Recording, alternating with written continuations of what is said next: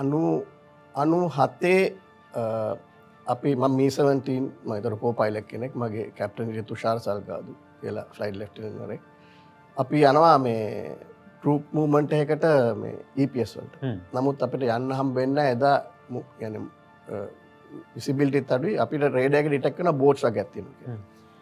සාමාන්‍යයෙන් MI-17 ට්‍රූප් movement එකකට escort එකක් දෙනවා අපිට. ඒ කියන්නේ ආම් එක්කෝ ඒ කාර්ය පුකාරකෙන් දීලා තියෙනවා. Mi-24 තමයි වැඩිපුර එන්නේ. ඒකවල අපිත් එක්ක එනවා. මොකද අපිට අර මුකුත් ආමමන්ස් නැති හින්දා මොකද පුල් මුඩෙන් මුහුදට දැම්මන් පස්සේ ආපහු වෙත්තලේකණී වලින් හරියෙන් තමයි අපි රට ඇතුළට දාන්නේ. එතකොට ඒ අතරතුර මුහුදේදී මුගක් කරලා LTD බෝට්ටු තියෙන්න පුළුවන් තිබිලා තියෙනවා. ඉතින් ඒ අවස්ථාවලට අපිට සහායට අපේ ආරක්ෂාවට තමයි ඒක එන්නේ. නමුත් අපි එදා යන්නේ නැහැ. මොකද අපිට බෝට්ටු තියෙනවා කියලා පේනවා රේඩර් එකේ. නමුත් ඒ කියන්නේ මේ එදා තිබිච්ච කාලගුණ තත්ත්වයට එක්ක පෙනීම මනින් අපි හරවලා එනවා. හරවලා එනකොට කෝකිලා ලැබුණේ කොටදී මම ඉන්නේ ලීඩ් එයාක්‍රාෆ්ට් එකේ. අපේ හිටපු ලෝඩ් මාස්ටර් හරි ගන්න හරි මට මතක නැහැ. මම දැන් ලෝඩ් මාස්ටර් කියනවා අපිට එයා පිටිපස්සේ ඉඳලා සර් 24 එක වටන මිසයිල් එකක් විදිලා කියලා.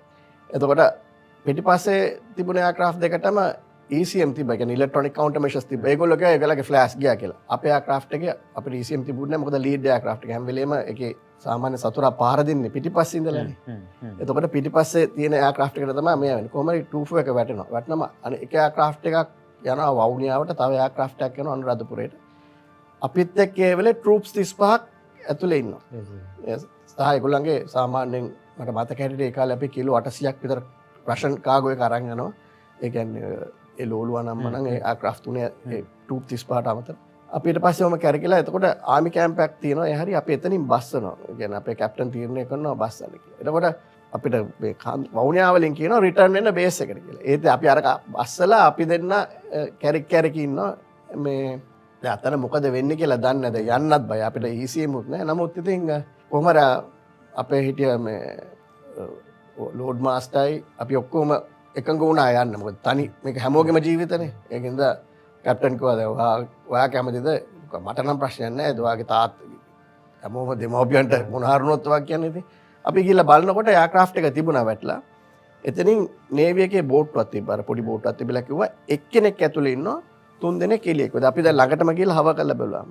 පස්සේ ඉතින් පස්සේ අපි යනකොට ආපහු අපි හරවලා අපිට කිව්වා කමියුනිකේෂන් වලින් තව කැම්ප් එකක ඉන්නවා කියලා. පස්සේ ඒක ලෑන්ඩ් කරාම යාගනස්ලා දෙන්න ඇවිදගෙන ආවා. එයාක්‍රාෆ්ට් එකේ හිටිය කැප්ටන්, ඒ කියන්නේ කැප්ටන් ඒ වෙලේ අලුත් කැප්ටන් කෙනෙක්. ඉතින් දනේෂ් ගුණසේකරලා එයා ට්‍රේනින් එයාට එක්ස්පීරියන්ස් දෙන්න තමයි මේ ඉස්සරහ හිටිය ඉන්ස්ට්‍රක්ටර්. එයා මං හිතන්නේ ක්‍රෑෂ් එකේ වැදිච්ච හින්දා මූණ වැදිලා හරි මොන හරි වෙලා ඒක එයාට එළියට එන්න බැරි වුණා. අර එළියට ඇවිල්ලා නමුත් මං හිතන්නේ එයාට පීනීම පිළිබඳ ප්‍රශ්නයක් තිබ්බා. එයා වතුරට පැන්නම එයාගේ ලංග්ස් වලට ඒ වෙලේ අර එයාක්‍රාෆ්ට් එකේ ලීක් වෙච්ච භූමි තෙල්නේ තියෙන්නේ. කෙරසින් જાතියන්නේ ජෙට් එකමනේ. ඒක ලංග්ස් වලට ගිහලා අපි අරන් ආවා. නමුත් අනුරාධපුර හරියට එනකොට අපේ හිටිය ෆ්ලයිට් ඉංජිනේර් දැන් එයා ජීවිතුංග කරන්නේ මිස්ටර් මල්ලික ආරච්චි කියලා. Warrant officer. ඒතර එයා මම දන්නේ ෆ්ලයිට් සාජන් හරි. එයා කියනවා සර් වැඩක් නැහැ කියලා මේ සර් දනේෂ් සර් S2 කරලා ගහුවා.